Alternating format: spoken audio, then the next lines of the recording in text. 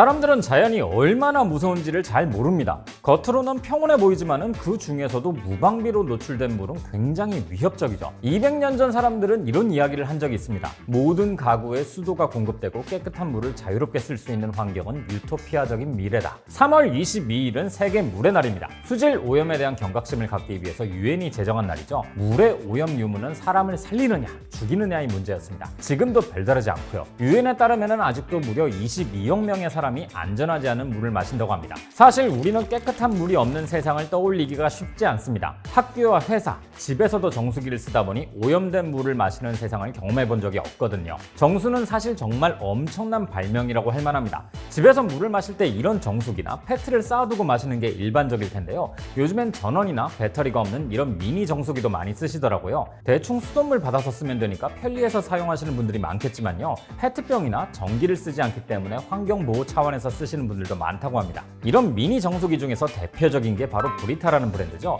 우리나라 사람들도 많이 쓰지만은 유럽인들이 굉장히 많이 씁니다. 독일에선 할머니 때부터 쓰던 정수기, 국민 정수기라고 불리고 있고요. 오늘은 세계 물의 날을 맞아서 이 물, 정수에 대한 이야기를 해볼까 합니다. 그리고 이 정수를 집에서 마음껏 마실 수 있게 한 기업, 가정용 정수기 필터를 처음으로 만들어 판 브리타 이야기도 함께 가져와 봤습니다. 저는 김밥이고요. 제가 오늘 떠먹여드릴 이야기, 인간이 만든 물 정수입니다.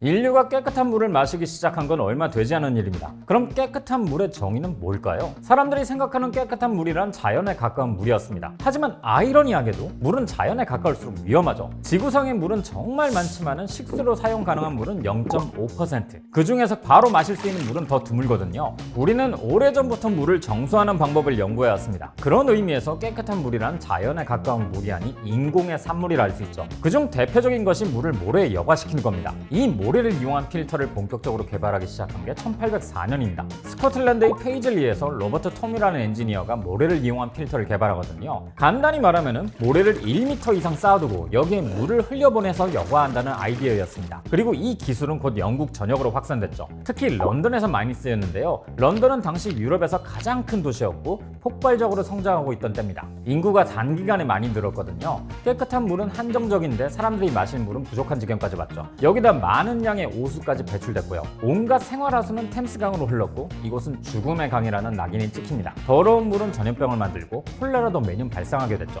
매년 수만 명이 죽어나갔습니다. 이때까지만 해도 더러운 물이 전염병을 만든다는 생각은 못했습니다. 하지만 존 스노우라는 의사가 이걸 밝혀내죠. 우물 주변에 사는 사람들이 집단으로 콜레라에 감염되는 걸 보고 조사를 시작했거든요. 런던이 이때부터 위생시설과 상하수도 체계를 완전히 새로 구축했어요. 당시 채택된 방법 중 하나가 바로 페이즐리에서 사용하던 모래 필터 정수 시설이고요. 이건 사람들에게 물과 위생이 얼마나 중요한지를 깨닫게 해준 사건이었습니다. 그리고 이 위생 개념은 유럽뿐 아니라 전 세계 산업 국가로 확산했죠. 20세기 초에는요, 염소 소독법까지 도입되면서 엄청난 발전을 이뤄냅니다. 장티푸스에서 해방될 뿐만 아니라 인간의 수명도 20년 이상 증가시켰죠. 이때부터 우린 깨끗한 물을 아낌없이 쓸 수 있게 됐고요. 이거야말로 완벽한 인공의 승리라고 할 만합니다. 그런데 사람들은 여기에서 만족하지 않았죠. 이젠 슬슬 수돗물도 마음에 안 들기 시작했거든요. 전 세계 상수도 시스템에서는 수인성 전염병 예방을 위해서 물을 살균하는 과정을 거칩니다. 미국에선 주로 불소를 쓰고 우리나라나 유럽에서는 염소를 많이 쓰죠. 염소 소독법 덕에 물을 안전하게 쓸 수 있게 됐지만 이게 특유의 냄새가 난다는 단점이 있습니다. 냄새에 예민한 사람들은 신경 쓰일 정도죠. 게다가 유럽 지역 물에는 석회질이 많으니 더 거슬렸을 겁니다. 이때 독일에서 특허가 하나 나옵니다.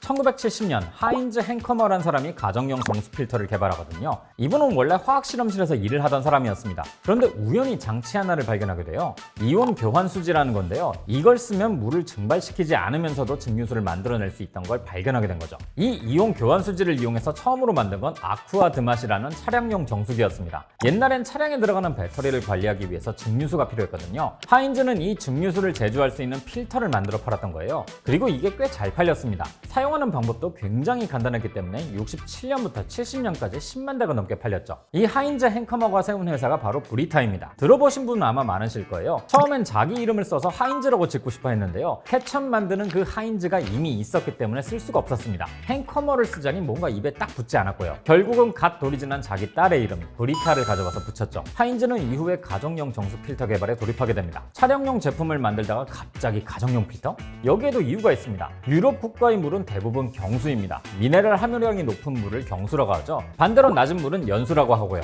물의 미네랄 함량이 높으면 미끌거리고 뻑뻑한 느낌을 주는데요. 이건 칼슘과 마그네슘 때문입니다. 그리고 이런 물을 60도 이상 가열하면 하얗게 침전되는 걸 볼 수 있죠. 사람들은 이걸 보고 왠지 찝찝하다는 생각이 듭니다. 하인즈는 이 부분을 노리고 가정용 정수기를 만들었어요. 정수기 하면 떠오르는 이런 큰 정수기는 아니고요. 개인 혹은 가족이 쓸만한 크기의 가정용 정수기였습니다. 마케팅도 꽤 잘했죠. 일명 T-테스트란 걸 하면서 홍보를 했는데요. 이게 생각보다 효과적이었습니다. 일단 한 잔은 일반 수돗물로 우린 차를 냅니다. 다른 한 잔은 자신이 만든 정수기의 물로 차를 우렸죠. 말씀드린 것처럼 경수는 60도 이상에서 침전물이 생기기 때문에 일반 수돗물로 우린 차는 이런 줄무늬가 생기게 됩니다. 이걸 본 소비자들은 당연히 브리타에 관심을 가질 수밖에 없었죠. 이 정수기는 유럽 다른 국가들에도 퍼지게 됩니다. 비슷한 시기에 다른 나라들도 독일과 같은 고민을 했으니까요. 브리타가 물의 경도를 줄여주기도 했지만 염소도 걸러낼 수 있었고 굴이나 납 같은 중금속 가루도 필터링 해줬거든요. 또 침전물도 생기지 않으니까 주방용 가전제품의 수명이 길어지는 효과도 있었죠.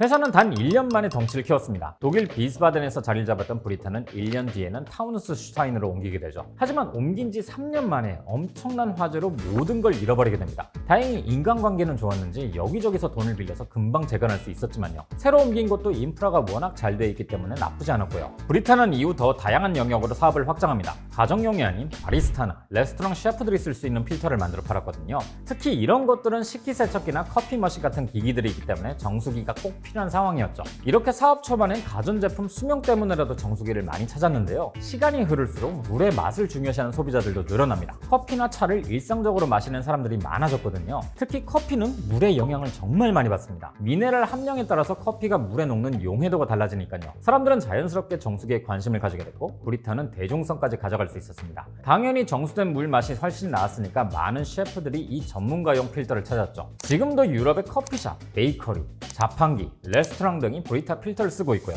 나중엔 나라별 수돗물의 특성과 음용법에 따라서 필터를 다르게 만들기도 했어요.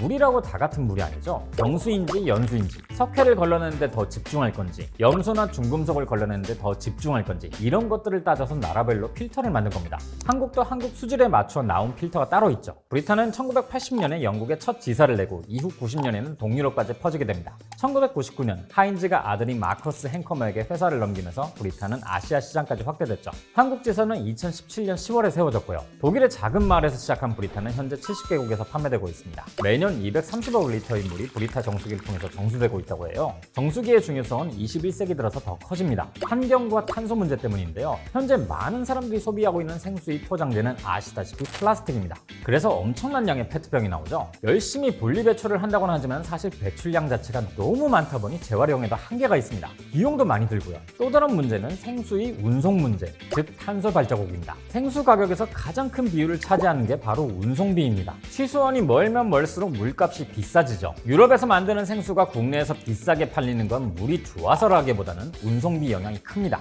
이렇게 생수를 멀리서 실어오면 그만큼 많은 양의 탄소가 운송 과정 중에 배출되겠죠. 때문에 환경을 위해서는 생수가 아닌 수돗물을 소비해야 한다는 운동이 유럽에서 일어나기도 했었습니다. 마지막은 미세 플라스틱 이슈입니다. 해외에선 페트병에 담긴 생수에서 많은 양의 미세 플라스틱이 검출된다는 뉴스가 자주 나오죠. 이렇게 섭취한 미세 플라스틱은 하수를 통해서 바다로 흘러가기도 합니다. 정수기는 편하긴 하지만 배관이 안 보이고 셀프 세척이 불가능해서 찝찝하다는 사람들도 있고요. 이런 분들한테는 간편하고 경제적인 미니 정수기가 좋은 대안이 될 수 있죠. 브리타 같은 미니 정수기는 교체용 필터를 사용합니다. 필터도 소모품이기 때문에 쓰레기가 아니냐는 비판이 있기도 한데요. 브리타는 92년부터 필터를 자체적으로 회수해서 재활용하는 시스템을 운영하고 있습니다. 현재 브리타의 CEO인 마커스 행커머는 이런 지속 가능성에 초점을 두고 기업을 키우고 있습니다. 올해 출시한 제품들을 보니까 친환경 소재로 만든 제품들도 보이더라고요. 심지어 생산 공장을 지을 때도 단열 효과가 높은 자재를 이용한다거나 목재 건축법을 활용해서 에너지 효율을 높이기도 했고요. 이런 활동들은 확실히 칭찬할 만한 지점이긴 합니다. 인간은 자연의 물을 인공으로 가공해 안전한 물을 얻어왔습니다. 그리고 이 깨끗한 물 덕분에 현대 문명을 발전시킬 수 있었죠. 반대로 이런 인공물을 쉽게 얻을 수 있게 되면서 온천수나 탄산수 같은 자연의 물을 다시 찾기도 했었습니다. 이 트렌드가 20세기 생수 산업에 엄청난 영향을 미치기도 했고요. 하지만 지금은 또 트렌드가 바뀌고 있는 중입니다.